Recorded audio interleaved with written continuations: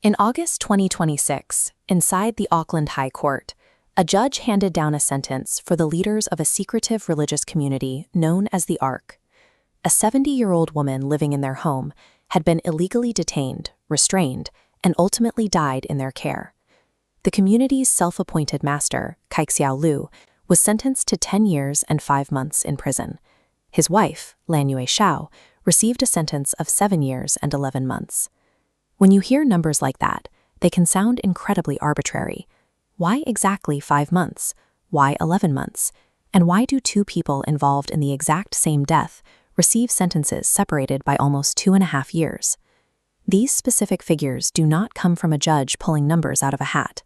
They are the output of a strict mathematical equation. We can reverse engineer this formula to see exactly how the justice system measures the weight of a crime. The formula begins with a single number called the starting point. This is a judge's baseline assessment of the crime itself, evaluated purely on the objective severity of the acts committed, before any of the offender's personal traits are taken into account. This bar chart shows the court's starting points for the two defendants. Liu's baseline was set at 11 years, reflecting his undisputed role as the ringleader who dictated the rules of the household.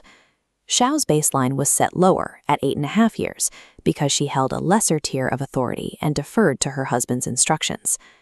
Next, the court calculates uplifts. This is extra prison time tacked on to the baseline for any secondary offenses.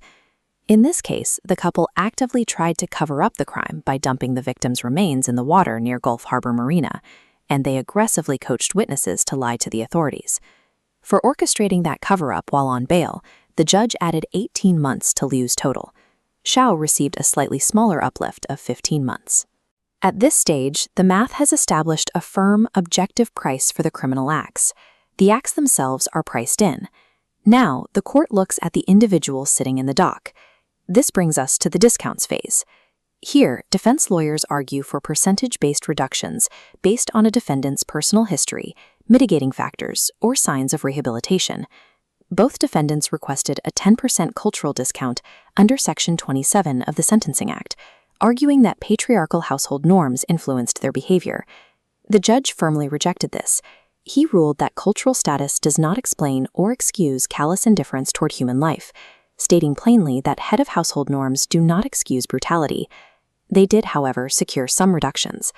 The court granted a 5% discount because neither had a prior criminal record, and another 5% discount acknowledging the hardship caused by their 5 children being removed and placed into state care.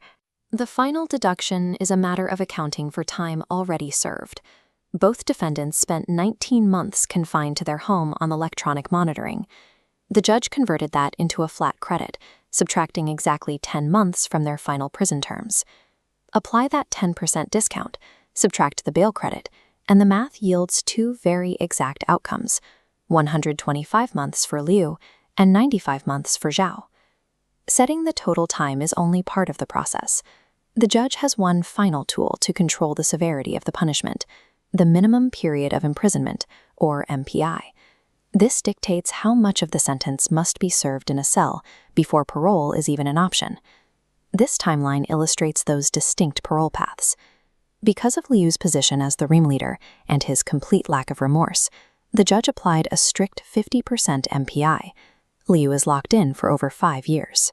Xiao, holding lesser culpability, defaults to the standard statutory rule, making her eligible for a parole hearing after serving just 1/3 of her sentence. And since both defendants are permanent residents rather than citizens, Immigration New Zealand will likely issue deportation orders the moment those minimum periods expire. When a judge reads out a sentence of 10 years and 5 months, it sounds like an arbitrary fragment of time. But trace the math backwards, and you find a highly visible step-by-step logic, a system working to balance the gravity of a life lost against the strict boundaries of the law.